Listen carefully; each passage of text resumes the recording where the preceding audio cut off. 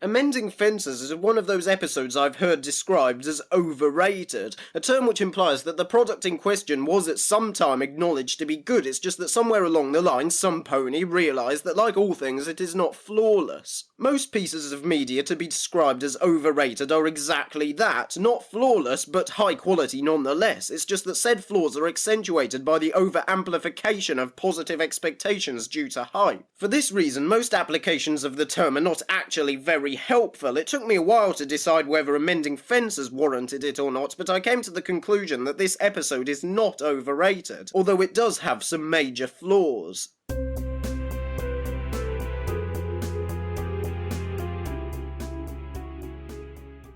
Amending Fences is built around Spike prompting Twilight to revisit her old friends in Canterlot.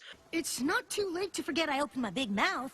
Oh, Spike, I'm glad you opened your big mouth. This premise is immediately very interesting, not because it allows for fan service flashbacks to scenes from the pilot, but because it demonstrates that My Little Pony does not exist in a vacuum universe like so many other shows seem to do. While we're on the subject, isn't it strange how Minuet doesn't react at all when Twilight is stood right next to her in Ghostbusters?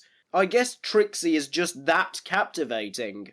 A central theme of the episode is how the smallest of actions can have consequences, and what I particularly admire is how those actions are shown to affect different individuals in vastly different ways. This portrayal is very true to real life. The problem is that throughout the story it is repeatedly made out that Twilight is the one who is overreacting. Her initial apology to Minuet and the others is cringe-inducingly melodramatic and also comes across as egotistical.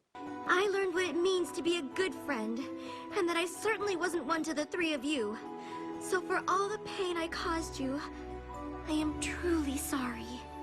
It was me! I caused your suffering because life without me is unbearable! See, that's not a Twilight line, that's a Trixie line. But anyway, this combined with the fact that Twilight's fears are all in her imagination until Moondancer has her emotional outburst in the final act misled me into thinking that they were just paranoia.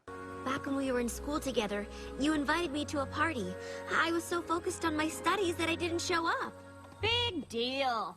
I thought the moral was going to be something similar to A Friend Indeed, that not every socially unassuming pony is a fanatical friendship freak just waiting to come out of his or her shell, an important distinction which Amending Fences fails to make. I can see that M.A. Larson is deliberately drawing parallels between Moondancer and Twilight, and they are even given virtually the same visual design. I guess therefore we are supposed to infer that friendship is as important to Moondancer as it is to Twilight, but that is not enough to make that assumption from. Also, in the episode it is Twilight who takes responsibility for Moondancer being the way she is, even though it is not her fault. Sure, her actions may have been a contributing factor, but here's the thing. Moondancer is messed up because of Moondancer, not because some pony she knew didn't want to go to a party. Overall, what Amending Fences is trying to do is very admirable, and in many ways it succeeds, but unfortunately these good intentions fall apart in the execution at times.